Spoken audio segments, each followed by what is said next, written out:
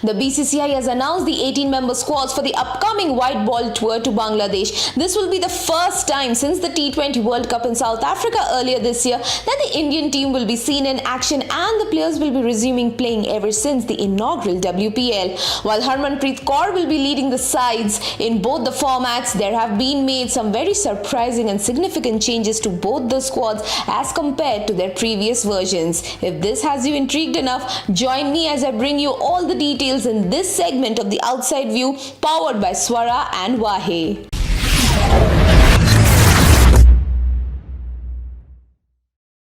Looking at the big picture, the series is to commence from 9th July with 3 T20Is followed by 3 ODIs. Now to talk about the changes, well, the emerging star duo of Renuka Singh Thakur and Richa Ghosh have been overlooked from selection to these India squads, while veteran Indian pacer Shikha Pandey, who had a decent outing in the T20 World Cup in South Africa and, well, probably was one of the best Indian pacers to be seen in the inaugural WPL, has also quite surprisingly been left out from selection.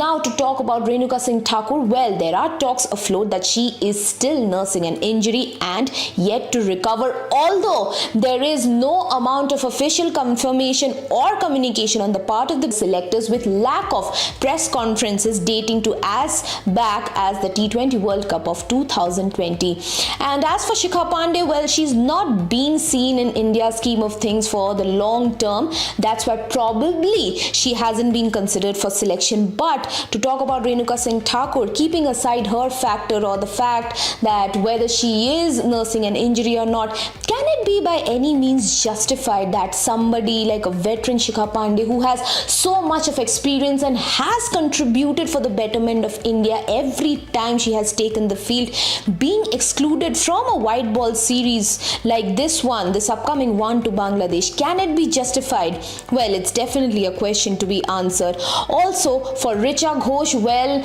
news is afloat that she has failed her fitness test, and this is only the second instance where Richa Ghosh has failed the fitness test ever since the Commonwealth Games of 2022. Also, India regulars like Rajeshwari Gaikwad being completely overlooked for selection, and somebody like a Sneh Rana, who is dubbed to be an upcoming talent and budding star for Team India for the near future, being only selected for just the ODI squad is definitely a very surprising move, but well, that's how it is for the time being. Moving on, let's take a look at the players who would be making a comeback into the Indian side, the returning players, so to speak, beginning with Punjab player 23-year-old Amanjot Kaur, who initially played and captained for Chandigarh and is a right-handed batter and right-arm medium pacer. Who can forget her brilliant debut that she had against South Africa in that tri-series opener, which eventually had her being named the player of the match, and she is already a capped player for India in the T20Is and also was a part of the Mumbai Indians in the WPL, an upcoming star for Team India,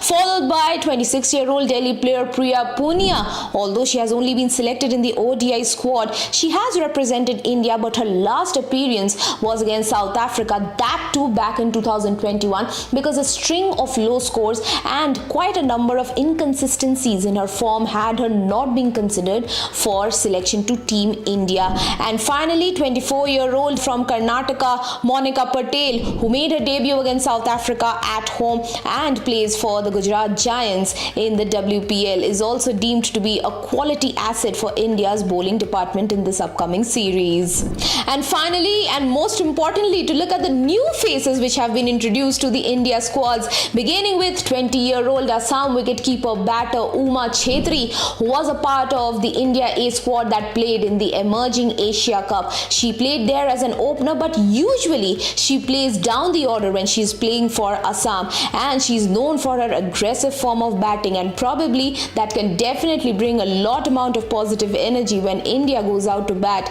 in this upcoming series against Bangladesh. Followed by 25-year-old left-arm spinner from UP, Rashi Kanodia, who had a phenomenal 2022-23 domestic season where she finished with 19 wickets and also represented the Supernovas in the women's T T20 challenge back in 2022. Next up in the list is 20-year-old Anusha Bareddy, who happens to be a left-arm spinner from Andhra Pradesh and was a part of the victorious India A squad that played in the emerging Asia Cup.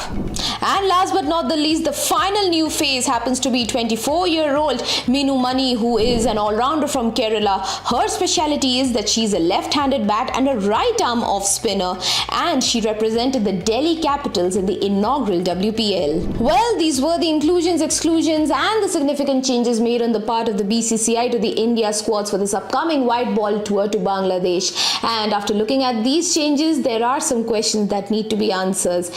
Is by any means the exclusion of a veteran Shikha Pandey who has so much of experience justified? Which returnee player will be able to make an impact for themselves for India in this series, and which new player will be able to play that level of cricket to be able to consider for India in the longer scheme of things and also be able to prove themselves as a valuable asset?